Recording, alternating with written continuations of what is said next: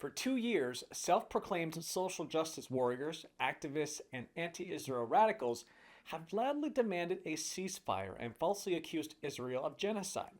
Activists have marched in the streets, targeted Jewish neighborhoods and businesses, shut down traffic, spewed hateful anti-Semitic rhetoric, and much more under the guise of saving Palestinian lives. And on October 13, 2025, they got their wish as the world, under the leadership of President Trump, finally reached an agreement in Egypt, a ceasefire between Israel and Hamas that secured the immediate release of Israeli hostages held in Gaza and required the IDF to withdraw its forces to a mutually agreed line. But since Israel's pullback to the so-called yellow line, Hamas terrorists have re-emerged from hiding, regaining control over 47% of Gaza not under Israeli authority, and have unleashed a reign of terror, torturing and publicly murdering their own people, going after rival groups in the enclave and any Palestinian it believes collaborated with Israel during the war. A recent video leaked from Gaza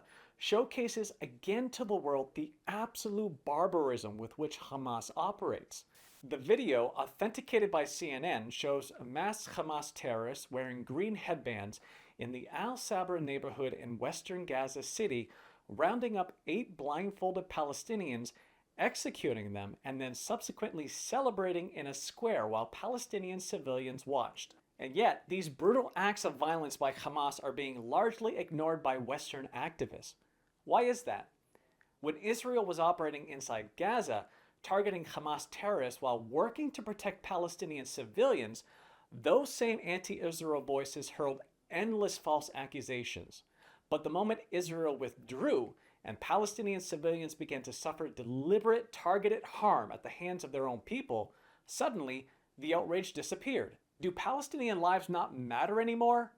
Or were those cries of solidarity merely a facade, masking a darker agenda aimed not at protecting Palestinian civilians, but at demonizing the Jewish state? Canada's news media must highlight and show the obvious hypocrisy of anti-Israel radicals who have clearly shown by their absolute silence that when Israel isn't present to be attacked, Palestinian suffering suddenly seems irrelevant and doesn't actually matter.